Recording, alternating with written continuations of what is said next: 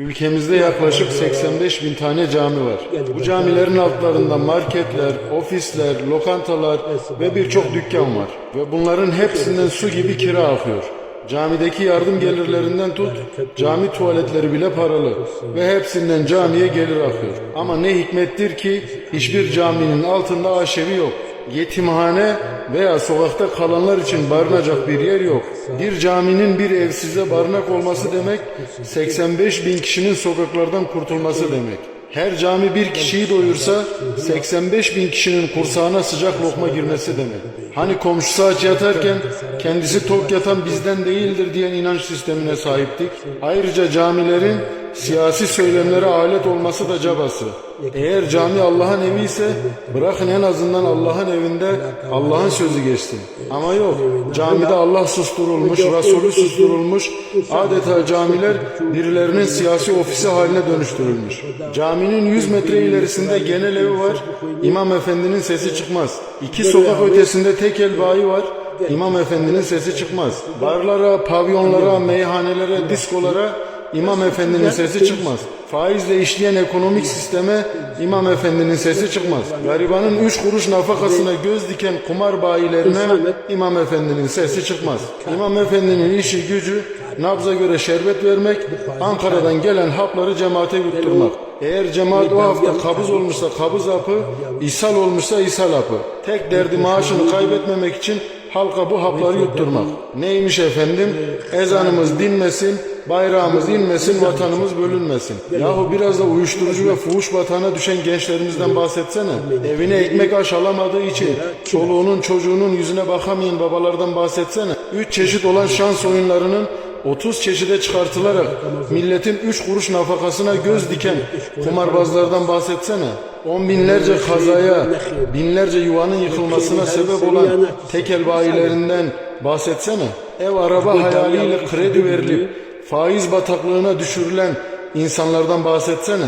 Genel evinde satılan kadınlar ve onlarla ilişkiye girdiklerinde milli olduğunu söyleyenlerle ilgili birkaç kelime söylesene. Söyleyemezsin değil mi İmam Efendi?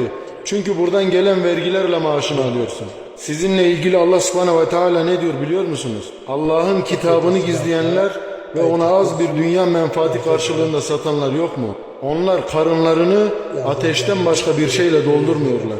Allah kıyamet günü onlarla konuşmayacak ve onları arındırmayacak. Onlar için elem verici bir azap vardır. Bakara suresi 174. Sureti İhlas secara buyna. Yani kul huvallahu ehad secara buyna.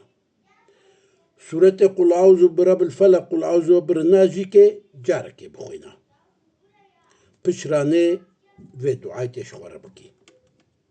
Ya Rabbi مخب كلامتي قديم قلت از افعي شهاده كتبرمه از نظام تحقيم خيرا يا شر يا إلهي يا رب العالمين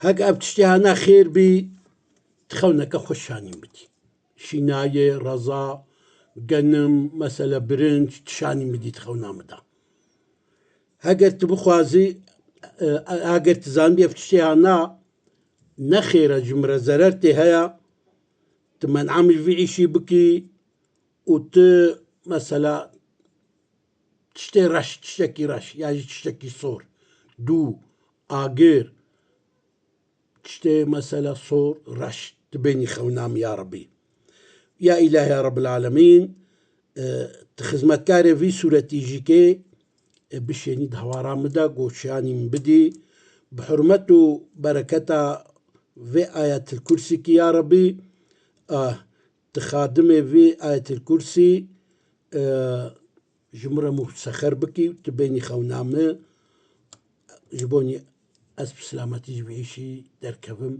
أزانبم داويا بعيشي خيري يا شر بله ورازا أو خونا قوتا قسكرية تبيني مثلا هقر تشيناي بيني تكسكاي بيني برنج قنم مثال ماسيا بريس تبيني دمك داوية وعيشي خيرة وعيشي بكا هكا تخونك نخوش ببيني وكتقول يا ربي هكا افتشيانا كاريهانا نباش بداوية بوشماني بي تصوراتیه ئاگر تشتێرە شانین بدی ئەگەر داویاوی کاری شەربی دێت خەونا خۆدا ئاگر بینی تێ دوو بینی تێ خەونەکە نەخۆش بینی هەگە شەڤە عولی ئەف تشتاتە خەونا خۆدا نەدیت شەڤا دواژی بکە جارا دووە جارا دواژی تە نەدیت یا سیا بکە محقق داویاوێ ناخێرا یا نەخێرا محقق سەدی سەد ببینی بئزنا خۆدێ دەهدێ بخێر و خۆشی بمێنن بسلامەتی بمێنن خەونی خۆش دوعای خۆش و پێشە ڕۆژە خۆش هەموو ئێوە بن و ژوارە بن ئینشەڵڵا